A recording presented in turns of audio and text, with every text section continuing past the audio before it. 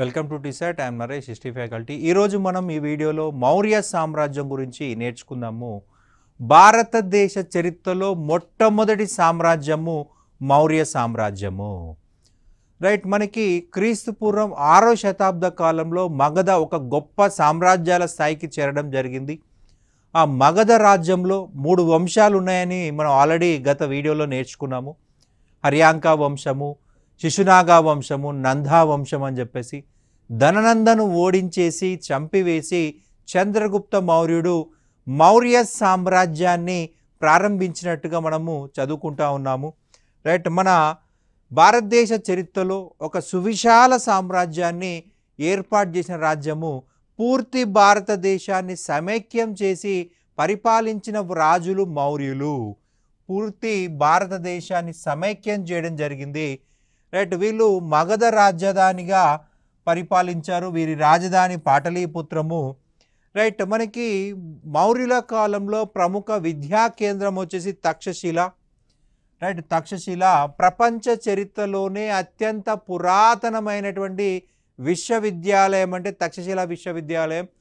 క్రీస్తు పూర్వం 8 లేదా 7వ శతాబ్ద కాలంలో ఈ తక్షశిల విశ్వవిద్యాలయం ప్రారంభమైంది. ఈ తక్షశిల విశ్వవిద్యాలయం అనేది ఒక లౌకిక విశ్వవిద్యాలయము. లౌకిక అని ఎందుకు అంటున్నామంటే ఏ మతం గురించి ఇందులో బోధించలేదు. వైదిక మతం గురించి కానీ, బౌద్ధ మతం గురించి కానీ, జైన మతం గురించి కానీ ఇక్కడ బోధించలేదు. మరి ఏం బోధించారయ్యా అంటే మ్యాథమెటిక్స్, రైట్, మెడిసిన్, అలాగే తత్వశాస్త్రము, రైట్, లౌకిక అంశాలు మాత్రమే, మతానికి సంబంధించి కాని వంశాలు మాత్రమే బోధించారు. ఇందులో అనేక గొప్ప గొప్ప వాళ్ళు చదువుకోవడం జరిగింది. కౌటిల్యుడు, రైట్, చరకుడు, పాణిని, వీళ్ళంతా కూడా ప్రధానంగా చదువుకోవడం జరిగింది. రైట్, రాజభాష ప్రాకృతము, ప్రధానమైన లిపి బ్రాహ్మీ లిపి. బ్రాహ్మీ లిపి చూసినట్లయితే ఎడమన ప్రారంభించి కుడికి రాస్తారు. ఎడమ నుండి కుడికి రాయడం జరుగుతుంది. ఈ యొక్క బ్రాహ్మీ లిపిలో అధికార భాష రాజభాష ప్రాకృత భాష. వీరి కాలంలో హిందూ, బౌద్ధ, జైన, అజీవక మతాలు ఆదరణలో ఉండేవి. మౌర్యులు క్షత్రియ కులస్తులని బౌద్ధ జైన గ్రంథాలు చెప్తా ఉన్నాయి. బౌద్ధ జైన మతాలకు చెందిన గ్రంథాలు తెలియజేస్తూ ఉన్నాయి. మౌర్యులు శూద్ర కులానికి చెందిన వారని పురాణాలు తెలియజేస్తున్నాయి. మౌర్యులు దక్షిణ భారతదేశంలోని చోళ, చేర, పాండ్య అనే రాజ్యాలను మినహాయించి పూర్తి భారతదేశాన్ని పరిపాలించడం జరిగింది. ఉత్తరాన కాశ్మీర్, దక్షిణాన కావేరీ నది, తూర్పున బెంగాల్, పశ్చిమాన ఆఫ్ఘనిస్తాన్ వరకు సువిశాల ప్రాంతాన్ని ఈ యొక్క మౌర్యులు అనేవాళ్ళు పరిపాలించడం జరిగింది. కావేరీ నది కింద చోళ, చేర, పాండ్య అనేటువంటి రాజ్యాలు ఉన్నాయి. చోళ, చేర, పాండ్య రాజ్యాలు ఉన్నాయి. రైట్, వీళ్ళ యొక్క చరిత్ర అధ్యయనానికి మనకు 4 రకాల ఆధారాలు ఉన్నాయి: శాసనాలు, నాణములు, గ్రంథాలు, పురాణాలు. మొదట శాసనాలు పరిశీలించినట్లయితే భారతదేశంలో మొదటిసారిగా శాసనాలను జారీ చేసింది మౌర్యులే. అశోకుడు జారీ చేశాడు. 14 శిలాశాసనాలను జారీ చేశాడు, 3 గుహ శాసనాలను జారీ చేశాడు, 7 స్తంభ శాసనాలను జారీ చేశాడు, 284 లఘు శాసనాలని అశోకుడు ఇవ్వడం జరిగింది. అశోకుడు ప్రధానముగా తన శాసనాలలో ప్రాకృత భాషను ఉపయోగించాడు. బ్రాహ్మీ లిపిని అత్యధికంగా ఉపయోగించాడు. ప్రాకృత భాష భారతదేశంలో అత్యంత పురాతనమైన లిపి ఉన్న భాష ప్రాకృత భాష. లిపి ఉన్న ప్రకారం అని చెప్పాలి. మాట్లాడే ప్రకారం అయితే సంస్కృతము, లిపి అభివృద్ధి చెందిన ప్రకారం అయితే ప్రాకృతం అని చెప్పాలి. ఈ మొట్టమొదటిసారిగా ప్రాకృత భాషకు బ్రాహ్మీ లిపి అభివృద్ధి చెందింది. అశోకుడు కూడా తన శాసనాలలో ప్రాకృత భాషని, బ్రాహ్మీ లిపిని ఉపయోగించడం జరిగింది. ఇక నాణ్యాల విషయంకి వచ్చినట్లయితే మౌర్యులు వెండి, ఫనం, రాగి, మషక అనే నాణ్యాలను ముద్రించడం జరిగింది. రైట్, గ్రంథాలు, స్వదేశీ గ్రంథాలు ఉన్నాయి, విదేశీ గ్రంథాలు ఉన్నాయి. ఈ రెండు వీటి ద్వారా మనకి మౌర్య చరిత్రకు ఉపయోగపడతాయి. అండ్ స్వదేశీ గ్రంథాలు మొదట చూసినట్లయితే అర్థశాస్త్రము. అర్థశాస్త్రాన్ని కౌటిల్యుడు రాశాడు. ఈ కౌటిల్యుడినే మనము కౌటిల్యుడి యొక్క అసలు పేరు విష్ణుగుప్తుడు. రైట్, పరిపాలన మరియు రాజనీతి శాస్త్రాన్ని ఇందులో వివరించడం జరిగింది. మనకి అర్థశాస్త్రము దేని గురించి వివరిస్తుంది అంటాడు, రాజనీతి శాస్త్రం అనేది మనం పర్ఫెక్ట్గా గుర్తుపెట్టుకోవాల్సి ఉంటుంది. ముద్రా రాక్షసం విశాఖదత్తుడు. రైట్, మౌర్యులు హీన జాతికి చెందిన వాళ్ళు అంటున్నాడు. ముద్రా రాక్షసము అనేది ఒక నాటకము. ఈ నాటకాన్ని విశాఖదత్తుడు రాయడం జరిగింది. రైట్, ధననందుడు కౌటిల్యుణ్ణి అవమానించడం జరిగింది. సో అవమానించినందుకు గాను ప్రతీకారం కింద కౌటిల్యుడు చంద్రగుప్త మౌర్యకు యుద్ధ విద్యలు నేర్పించి చంద్రగుప్తుడు మౌర్యుడి సహాయంతో హత్య చేయించడం జరిగింది అని చెప్పేసి తెలుస్తూ ఉంది. చంద్రగుప్త మౌర్యుడు ధనందుని చంపేసి మౌర్య సామ్రాజ్యాన్ని స్టార్ట్ చేసినట్టుగా ఈ ముద్రా రాక్షసంలో విశాఖదత్తుడు అనే వ్యక్తి రాయడం జరిగింది. హర్ష చరిత్ర బాణుడు రాశాడండి. మౌర్యుల పతనం గురించి రాయడం జరిగింది. రైట్, పుష్యమిత్ర శుంగ అనే బ్రాహ్మణ సైనిక అధికారి రైట్ ఈ యొక్క మౌర్యులు బౌద్ధ జైన మతాలకు ప్రాధాన్యత ఇవ్వడం వల్ల రైట్ వీటిని నాశనం చేస్తేనే బ్రాహ్మణులకి మళ్ళీ అధికారం వస్తుంది, మళ్ళీ యజ్ఞయాగాలు చేయడం అవుతుందని చెప్పేసి పుష్యమిత్ర శుంగుడు బృహదత అనే చిట్ట చివరి రాజును చంపేసినట్లుగా హర్ష చరిత్రలో బాణుడు రాయడం జరిగింది. ఇక రాజతరంగిణి కలహనుడు రాశాడండి. భారతదేశ చరిత్రలో మొట్టమొదటి చరిత్రకారుడు అంటే కలహన అంటాం. భారత చరిత్ర పితామహుడు కలహన అని చెప్తాము.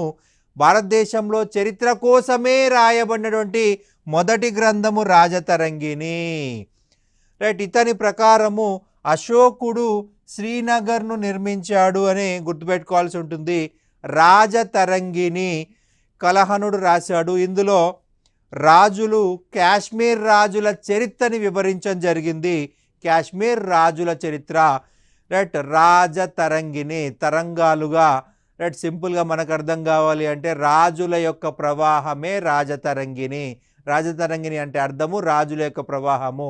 కాశ్మీర్ రాజుల చరిత్ర. కాశ్మీర్ పుట్టిన దగ్గర నుంచి ఇతను నివసించినంత వరకు 11వ శతాబ్దం వరకు కూడా ఈ సమాచారాన్ని రాశాడు. అశోకుడు మౌర్య వంశం చెందిన వ్యక్తి. శ్రీనగర్ సిటీ, ప్రస్తుత జమ్మూ కాశ్మీర్ రాజధాని శ్రీనగర్ అంటాం. ఆ శ్రీనగర్ నిర్మించింది అశోకుడే అని చెప్పేసి మనకు రాయడం జరిగింది. పరిశిష్టి పర్వన్ హేమచంద్ర సూరి. రైట్, ఇతను శ్వేతాంబర దిగంబర అనే మతశాఖల గురించి రాయడం జరిగింది.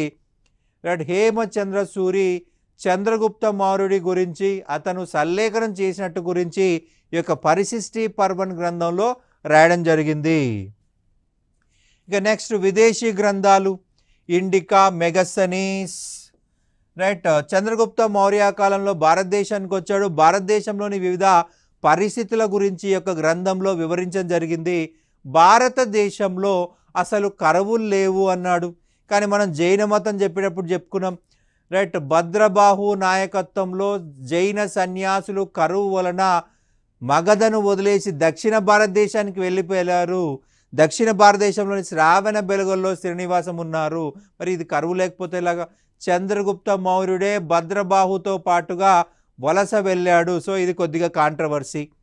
రైట్, హిందూ ఇక్కడ సొసైటీలో 7 కులాలు అన్నాడు. కానీ మనకు అప్పుడు ఉన్నవి 4. బ్రాహ్మణ, క్షత్రియ, వైశ్య, శూద్ర 4 ఉన్నాయి. కానీ ఈయన 7 అని చెప్పాడు. అలాగే మనకి వడ్డీ వ్యాపారం లేదు అన్నాడు. కానీ మనము షోడశ జనపద కాలంలో మనం ఏం చెప్పుకున్నాం, మనకి 12% వడ్డీ రేటు ఉందని చెప్పుకున్నాం. అలాగే శతపథ బ్రాహ్మణంలో వడ్డీ వ్యాపారం గురించి వివరించబడింది అని చెప్పేసి చెప్పుకున్నాం. అంటే ఇది కూడా కాంట్రవర్సీయే. అలాగే బానిస వ్యవస్థ లేదు అన్నాడు. కానీ మనకు వివిధ రకాల బానిసల గురించి అర్థశాస్త్రంలో ఉంది. సో ఇది కూడా కాంట్రవర్సీయే. కాకపోతే రోమన్ బానిసత్వం, పర్షియన్ బానిసత్వం, రైట్, యూరోపియన్ బానిసత్వంతో పోలిస్తే భారతదేశంలో బానిసత్వం లేనట్టే. మరి భారతదేశంలో ఎందుకంత తక్కువగా బానిసత్వం ఉంది అంటే మనకు అంటరానితనం ఉంది. సో మనకి బానిసలని పశువుల కొట్టంలో వాడతారు, బానిసలని వ్యవసాయ క్షేత్రాల్లో వాడతారు. కానీ గ్రీకులు, రోమన్లు అన్ని ప్రాంతాలలో వాడతారు. మనకి మనకి ఇండ్లలో కూడా వంట వండేది బానిస, తినిపించేది బానిస, స్నానం చేపించేది బానిస, రైట్. అత్యంత దారుణంగా బానిసల్ని వాడుకుంటారు రోమన్లు, గ్రీకులు. కానీ ఇండియాలో అంటరానితనం ఉండడం వల్ల బానిసలు ఇంటి బయట ఉంచుతారు, ఇంట్లోకి రానివ్వరు. ఎవరు వండిన ఫుడ్ వాళ్ళే తింటారు. ఆ ఒక అంటరానితనం వల్ల బానిసత్వం సివియారిటీ లేదంటున్నాడు, right. The guide to geography Ptolemy. ఈ టాలమీ అనేవాడు అలెగ్జాండర్ యొక్క సైనిక అధికారి, రైట్. అలెగ్జాండర్ మరణాంతరం ఈజిప్ట్ని ఆక్రమించుకున్నాడు, రైట్. ఈ యొక్క వ్యాపార కేంద్రాల గురించి ఇందులో వివరించడం జరిగింది. ప్లినీ ఇతను న్యాచురల్ హిస్టరీ గురించి రాయడం జరిగింది, రైట్. మౌర్యుల యొక్క సైన్యం గురించి వివరించడం జరిగింది. మౌర్యుల సైన్యము దాదాపు 2 లక్షల కాల్బలం, 30,000 గుర్రాలు, 8,000 రథాలు, 9,000 గజదళం ఉందని చెప్పేసి ప్లినీ న్యాచురల్ హిస్టరీలో చెప్పడం జరిగింది.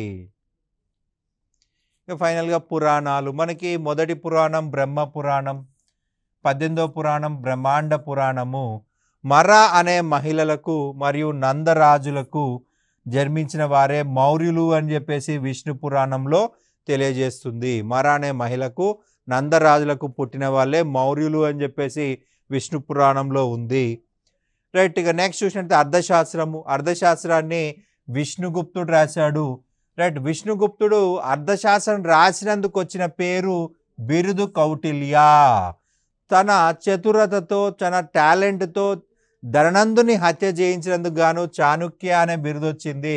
సో కౌటిల్యుడు అన్నా, చాణుక్యుడు అన్నా, విష్ణుగుప్తుడు అన్నా ఒకడే, వేరు వేరు కాదు. ఇతన్ని ఇండియన్ మాకియవెల్లి అని పిలుస్తారు, రైట్. అర్థశాస్త్రం అనే గ్రంథంలో పరిపాలన గురించి, రాజనీతి గురించి రాశాడు. సో దీన్ని పరిపాలన గ్రంథం అనొచ్చు, రాజనీతి గ్రంథం కూడా అనొచ్చు. ఈ గ్రంథంలోని భాగాల సంఖ్య 15 భాగాలుగా అర్థశాస్త్రం రాయబడింది. ఇందులో ఉన్న చాప్టర్లు 189 చాప్టర్లుగా ఈ యొక్క అర్థశాస్త్రాన్ని రాయడం జరిగింది. ఈ గ్రంథంలో ప్రజల సుఖమే రాజు సుఖమని, ప్రజల సంక్షేమమే రాజు సంక్షేమమని ఉంది. ప్రజల సుఖమే రాజు సుఖమని, ప్రజల సంక్షేమమే రాజు సంక్షేమమని ఉంది. రాజు తన రాజ్యాన్ని కుట్రలు కుతంత్రాల నుండి ఎలా రక్షించుకోవాలో ఉంది. రాజ్యాన్ని ఎలా పరిపాలించాలి, కుట్రలు కుతంత్రాల నుంచి ఎలా కాపాడుకోవాలో రాయబడింది. భారత ఉపఖండంలో గల వివిధ వనరుల గురించి కూడా మనకి అర్థశాస్త్రంలో వివరించాడు కౌటిల్యుడు. నీటిలో ఉండే చేప నీటిని తాగుతుందో లేదో ఎవరూ చెప్పలేరు. అదేవిధంగా ప్రభుత్వ ఉద్యోగి లంచం తీసుకుంటాడో లేదో ఎవరికీ తెలియదు. ఓకే, నీళ్ళలో చేప ఉంటుంది, అది నీళ్ళలో ఉంటే తాగుతుందా తాగదా ఎవరు చెప్పలేరు. అలాగే ప్రభుత్వ ఉద్యోగి కూడా లంచం తీసుకుంటాడో లేదనేది ఎవరికీ తెలియదు. అర్థశాస్త్రంలో కౌటిల్యుడు సప్తాంగ విధానం గురించి వివరించాడు. 7 అంగాలు, 7 అంగాల విధానాన్ని వివరించడం జరిగింది, రైట్.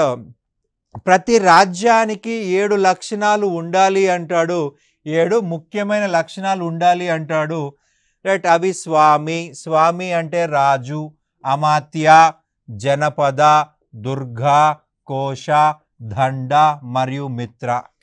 రైట్. 7 ఏ రాజ్యానికైతే ఉంటాయో ఆ రాజ్యం పటిష్టంగా ఉంటుంది అంటాడు స్వామి. రాజుకి చాలా చక్కటి లక్షణాలు ఉండాలి, ఎటువంటి అవలక్షణాలు ఉండకూడదు, ఎప్పుడు కూడా ప్రజల సంక్షేమమే చూసుకోవాలి. అమాత్య చాలా తెలివైన వాళ్ళని అమాత్యులుగా నియమించాలి, రైట్. జనపదము, రైట్. దుర్గము, కోట, దుర్గము అంటే కోట, కోశ పన్నులు, దండ పోలీస్, అండ్ మిత్ర స్నేహితులు. స్నేహరాజ్యాలు కూడా ఉండాలి. స్నేహరాజ్యాలు లేకపోతే ఈజీగా విదేశీయులు, శత్రువులు యొక్క రాజ్యాన్ని ఆక్రమిస్తాడంటాడు కౌటిల్యుడు. ఈ లక్షణాలు లేని రాజ్యము ఎక్కువ రోజులు నిలబడదని పేర్కొన్నాడు. ఈ గ్రంథాన్ని 1905 నుండి మధ్యలో ఆర్ శ్యామశాస్త్రి కనుగొన్నాడు, రైట్. కనుగొని ఇంగ్లీష్లోకి అనువదించడం జరిగింది. మనకి ఈ యొక్క మైసూర్ లైబ్రరీలో కనుగొన్నాడండి, దాన్ని ఇంగ్లీష్లోకి ట్రాన్స్లేట్ చేశాడు ఆర్ శ్యామశాస్త్రి. అర్థశాస్త్రాన్ని ఇంగ్లీష్లోకి ట్రాన్స్లేట్ చేసిన వ్యక్తి ఆర్ శ్యామశాస్త్రి. ఈ గ్రంథము ఎప్పుడు లభించింది అంటే 1905 మధ్యలో, రైట్. మైసూర్ లైబ్రరీలో దొరికింది ఇది. విశాఖ దత్తుడు రాసిన ముద్రా రాక్షసం అనే గ్రంథంలో మౌర్యులు హీన జాతి వారు అని ఉంది, మౌర్యులు తక్కువ కులస్తులు అని ఉంది, అంటే శూద్రులు, రైట్. హర్ష చరిత్ర గ్రంథంలో మౌర్యుల పతనం గురించి ఉంది. రాజతరంగిణి అనే గ్రంథంలో అశోకుడు శ్రీనగర్ నిర్మించినట్లుగా రాయడం జరిగింది. ఇక నెక్స్ట్ చంద్రగుప్త మౌర్యుడు, మౌర్య వంశ స్థాపకుడు అంటే చంద్రగుప్త మౌర్యుడు. ఇతని పరిపాలనా కాలం చూసినట్లయితే 322 నుండి 298 అనేది గుర్తుపెట్టుకోవాలి. చంద్రగుప్త మౌర్యుడు మౌర్య వంశ స్థాపకుడు. ఇతడు ప్రారంభంలో పిప్పలావనం అనే ప్రాంతంలో జీవించినట్టు కొన్ని ఆధారాలు ఉన్నాయి, రైట్. కౌటిల్యుడి సహకారంతో నందవంశంలోని చివరి రాజైన ధననందుని చంపి మగధని ఆక్రమించాడు. ఇతడు అలెగ్జాండర్ను ప్రత్యక్షంగా కలిశాడని జస్టిన్ అనే చరిత్రకారుడు తెలియజేయడం జరిగింది. అలెగ్జాండర్ను ప్రత్యక్షంగా కలిశాడు అని చెప్పిన చరిత్రకారుడు జస్టిన్, రైట్. చంద్రగుప్త మౌర్యుడి యొక్క ప్రధానమంత్రి కౌటిల్యుడు, రైట్. మనకి భారత ఉపఖండాన్ని పరిపాలించిన మొదటి చక్రవర్తి ఇతడే అని చెప్పింది రాధా ముఖర్జీ, రైట్. మనకి ఎగ్జామ్లో ఏమవుతుందంటే రాధా ముఖర్జీ ప్రకారం భారతదేశాన్ని పరిపాలించిన మొదటి చక్రవర్తి ఎవరు అంటాడు, చంద్రగుప్త మౌర్యుడు. లేదంటే భారత ఉపఖండాన్ని పరిపాలించిన మొదటి చక్రవర్తి అని చంద్రగుప్త మౌర్యుడిని పిలిచింది ఎవరు అంటారు, రాధా ముఖర్జీ. క్వశ్చన్ ఎలాగైనా తిప్పి అడిగే అవకాశం ఉంటుంది, రైట్. చంద్రగుప్త మౌర్యుడికి మహిళా అంగరక్షకులు ఉండేవారని స్ట్రాబో తెలియజేశాడు. అలెగ్జాండర్ సేనాని అయిన సెల్యూకస్ నికేటర్ చంద్రగుప్తుడి మధ్య యుద్ధం జరిగిందండి, రైట్. అలెగ్జాండర్ యొక్క కోరిక ఏంటంటే భారతదేశాన్ని ఆక్రమించాలి. భారతదేశాన్ని ఆక్రమించే ఉద్దేశంతో భారతదేశం పైన దండయాత్ర చేశాడు. కానీ అలెగ్జాండర్ బియాస్ నది వరకు మాత్రమే రాగలిగాడు, అక్కడ నుంచి వెనక్కి వెళ్ళిపోయాడు. అలెగ్జాండర్ యొక్క సైనిక అధికారి సెల్యూకస్ నికేటర్ అలెగ్జాండర్ యొక్క కోరికని తీర్చాలనే ఉద్దేశంతో భారతదేశంపై దాడి చేశాడు. చంద్రగుప్తుడితో యుద్ధం చేయడం జరిగింది. సెల్యూకస్ నికేటర్ సిరియా దేశానికి చెందినవాడు, రైట్. సెల్యూకస్ నికేటర్ అలెగ్జాండర్ మరణాంతరం గ్రీకుల తరపున ఆసియా భూభాగాలను పరిపాలించాడు, రైట్. ఇతను సిరియా అనే ప్రాంతం నుంచి పరిపాలించాడు. ఇతని రాజధాని సిరియాగా చెప్పాల్సి ఉంటుంది, రైట్. చంద్రగుప్త మౌర్యుడు సెల్యూకస్ నికేటర్ని ఓడించడం జరిగింది, రైట్. అలెగ్జాండర్ కోరిక నెరవేర్చడం కోసం ఇతను భారతదేశంపై దండయాత్ర చేశాడు. కానీ చంద్రగుప్త మౌర్య చేతిలో ఓడిపోవడం జరిగింది. చంద్రగుప్త మౌర్య చేతిలో ఓడిపోయాడు, రైట్. ఈ యుద్ధాంతరం సెల్యూకస్ నికేటర్ తన కూతురైన హెలెనాను చంద్రగుప్తుడికి ఇచ్చి వివాహం చేశాడు. సో చంద్రగుప్తుడు హెలెనాను పెళ్లి చేసుకోవడం జరిగింది. సెల్యూకస్కు 500 ఏనుగులని చంద్రగుప్తుడు బహూకరించడం జరిగింది.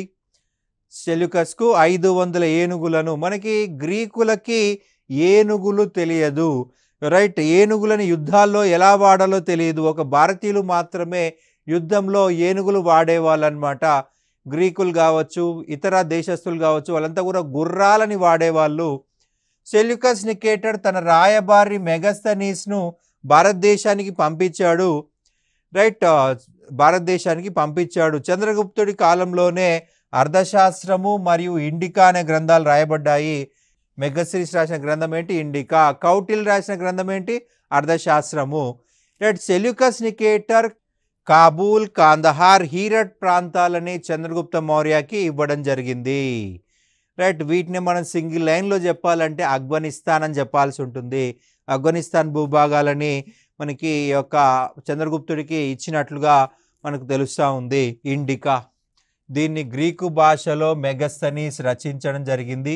ఈ గ్రంథంలో మౌర్యుల పరిపాలన గురించి, మౌర్యుల కాల పరిస్థితుల గురించి వివరించడం జరిగింది. భారతదేశంలో 7 కులాలు ఉన్నాయి అన్నాడు, 7 కులాలు ఉన్నాయి అన్నాడు. మనకి భారతదేశంలో ఎన్ని కులాలు ఉన్నాయి, జస్ట్ 4. బ్రాహ్మణ, క్షత్రియ, వైశ్య, శూద్ర, మరి ఈయనేమంటాడు 7 కులాలు. ఒక కాంట్రవర్సీ.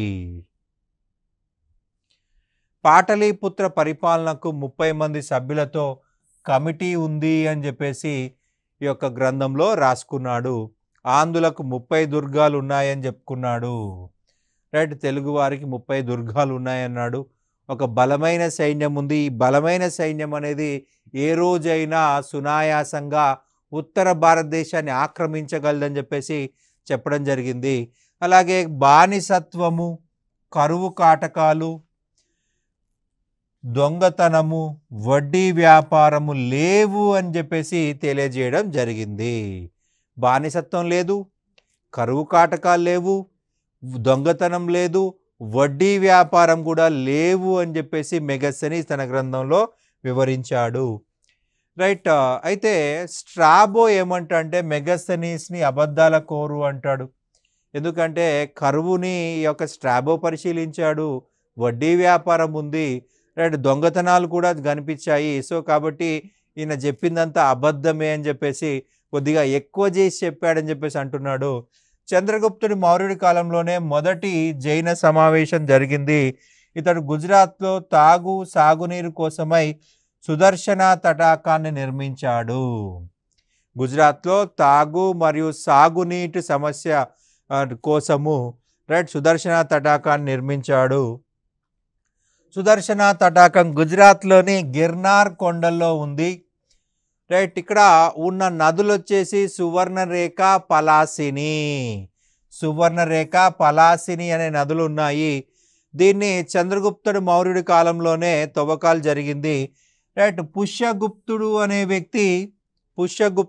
వ్యక్తి గుజరాత్ ప్రాంతాన్ని చంద్రగుప్తుడి పేరు మీద పరిపాలించే గవర్నర్ అని చెప్పాలి.